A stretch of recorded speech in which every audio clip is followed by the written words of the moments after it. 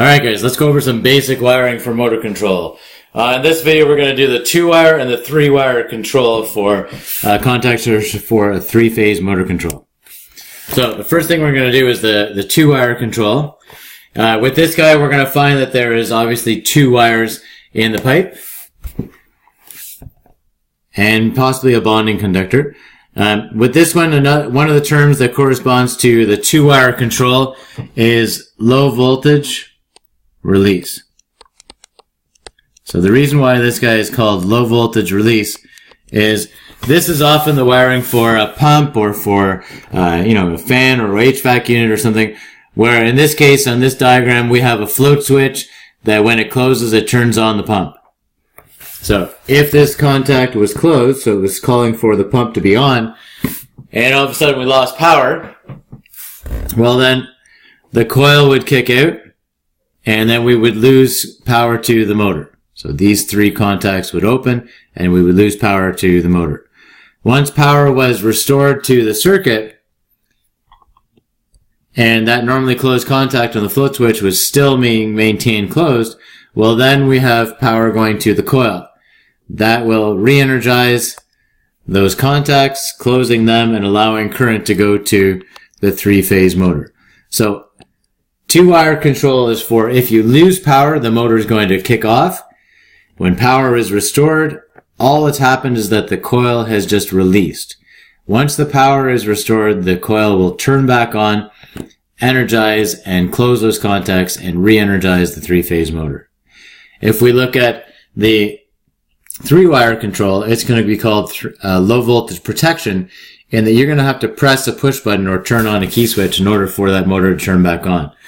But why would you want to run around the whole building trying to turn on all the pumps and all of HVAC units on a loss of power? Doesn't make sense. So we need to have something like a 2-wire control so that when power is lost, the motor turns off, and when the power goes back onto the building, everything turns back on that is fed by a circuit like this. Now we're going to take this circuit right here, we're going to bring it over to the next page, and then we're going to do some wiring based off of there. So what we'll do is we'll draw in that diagram below. So this guy is a normally open float switch, and normally open because gravity would act on that to pull it down. Now we can do the float switch first. That's better practice to do the overload as the first thing in your circuit. Now the overload is a normally closed contact. Right, and that guy is right here. It's right beside the heaters, 1, 2, 3 heaters, and they're just there to protect the conductors of the 3-phase motor. All the current goes through these heaters, heats them up, and then if any of them heat up to a certain point, this contact is going to open, and if this contact opens, then we no longer have power to our coil. So we'll draw in our coil here, and line 2 or neutral depending on which voltage that we're working with. If this was 120 volts as the source for our controls, this would be line 1, this would be neutral. If we had 208 or 600, then we were grabbing the power from any 2 line conductors, so this would be line 1 and this would be line 2. So that's what we'll do for this diagram here. Now we'll label out each of these conductors. 1, 2 is the return. We go through that overload contact so we have a new wire number. Then we go through another component being the normally open float switch. So then we got 4 wires here. Okay, so let's take that diagram and now wire up our wiring diagram above. Looks like first thing we're doing is we're going to the overload. So we'll pick that up off of line 1. And this guy's done. Good practice to kind of check off each wire as you put it in, then you don't miss anything. From there, we're going out to the field to the normally open contact for a float switch. So we're coming over here, picking up the overload. Beauty, that guy's done. Okay, if we wanted to put our conductors here, this is 1, 1. This conductor would be labeled 3, and this guy is labeled 3 as well. Okay, from there we're now going to the coil. So we're going to pick up our coil here from our normally open float switch. See if I can erase this. No, it takes out the whole thing. Sorry about that. This guy comes down. Picks that guy up. Beauty. There is our coil. This is done. Last thing we need to do in this case is go to line 2.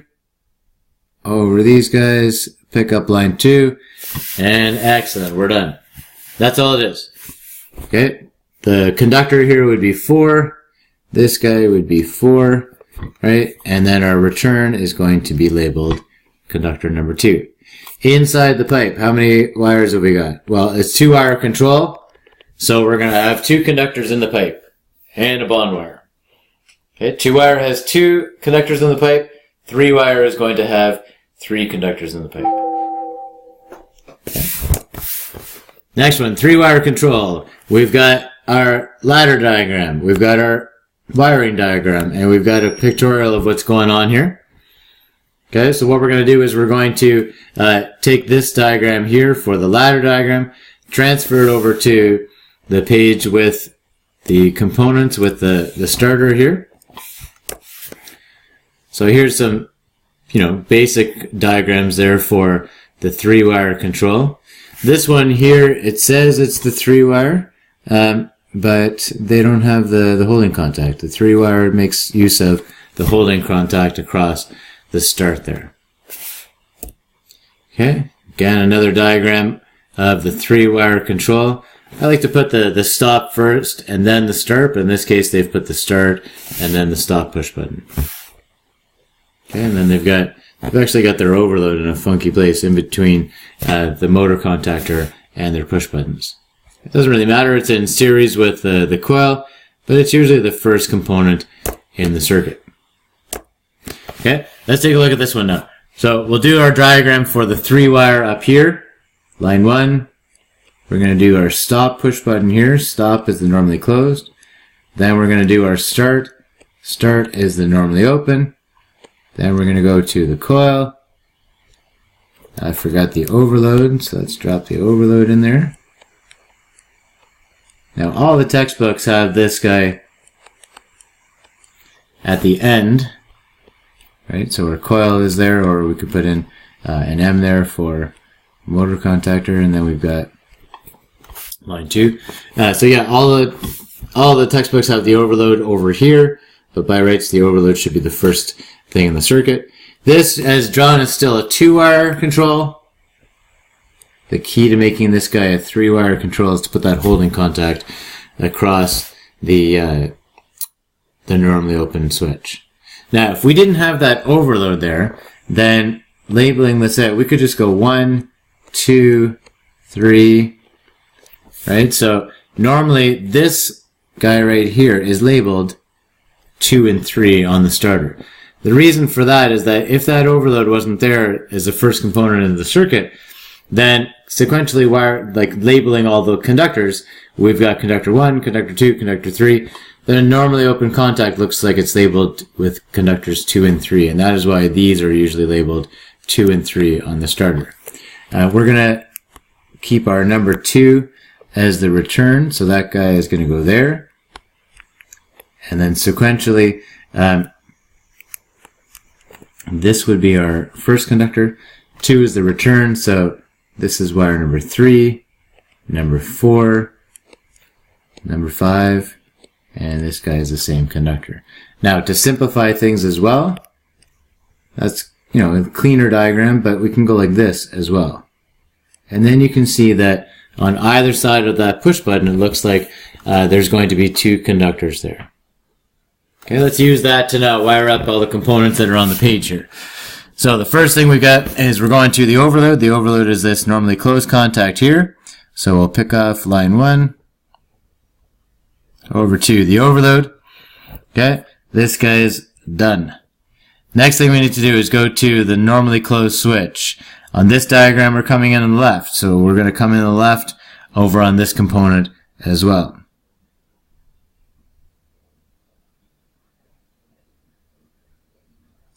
Excellent. Okay, so we've come into the left-hand side of the stop push button. From there, it looks like we go to the left-hand side of the start push button. Again, we could just go like this, but then we're going to get confused later on when we're doing troubleshooting. So try and keep the same convention. Whatever's coming in on the left-hand side is the in. On the right-hand side is the out of each of the switches. From there, we're going to go to the coil. So we're going to pick up our coil there.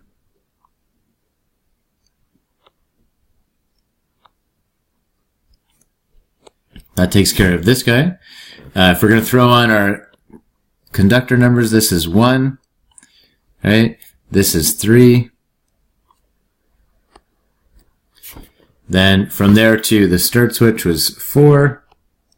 This is conductor number 5. Right? And then from there, we just have to pick off line 2. Excellent. So that's going to be wire number 2. Right on. The only thing we need now is the normally open contact across the normally open push button. So we need to have one side going, it looks like this side of that contact goes to this side of that push button. So we can go there, or we can go right to that side, the left-hand side of the coil. Well, essentially that is this guy right here. So we can connect in the normally open contact to that same point that we're feeding the coil. It's the same piece of wire. Why would you bring another conductor all the way out to the switch when you can just do 6 or 8 inches of conductor and pick up on your A1 on the coil? Again, this is usually labeled A1 and this guy is labeled A2. Excellent. So we have picked this guy off. Now we've got to have a conductor going from the left-hand side of the push button over to the other side of the contact. So we're going to pick off this guy on the left-hand side, come over,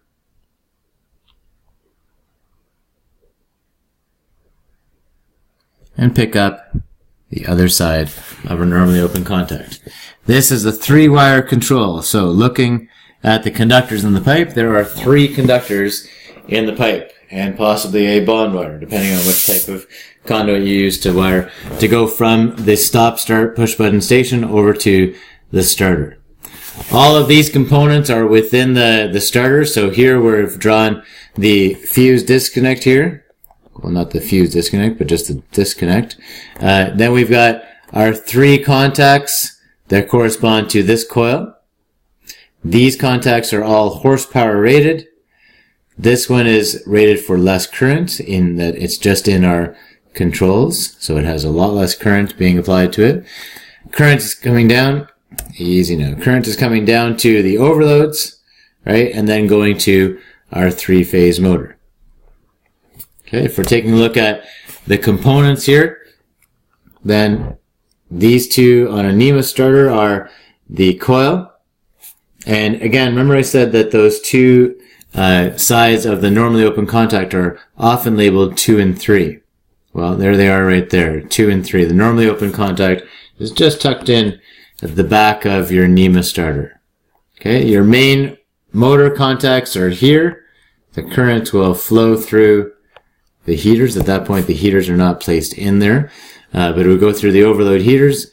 And we have line 1 going to T1, line 2 going to T2, line 3 going to T3. And the labels for these guys, if they are not there, would be A1 and A2 for a coil. Okay, so the 2-wire provided us with low voltage release, and this guy provides us with low voltage protection. In this case, if you have a loss of power, then this coil is going to kick out, which will open all 3 of these contacts, which stops current flowing to the motor.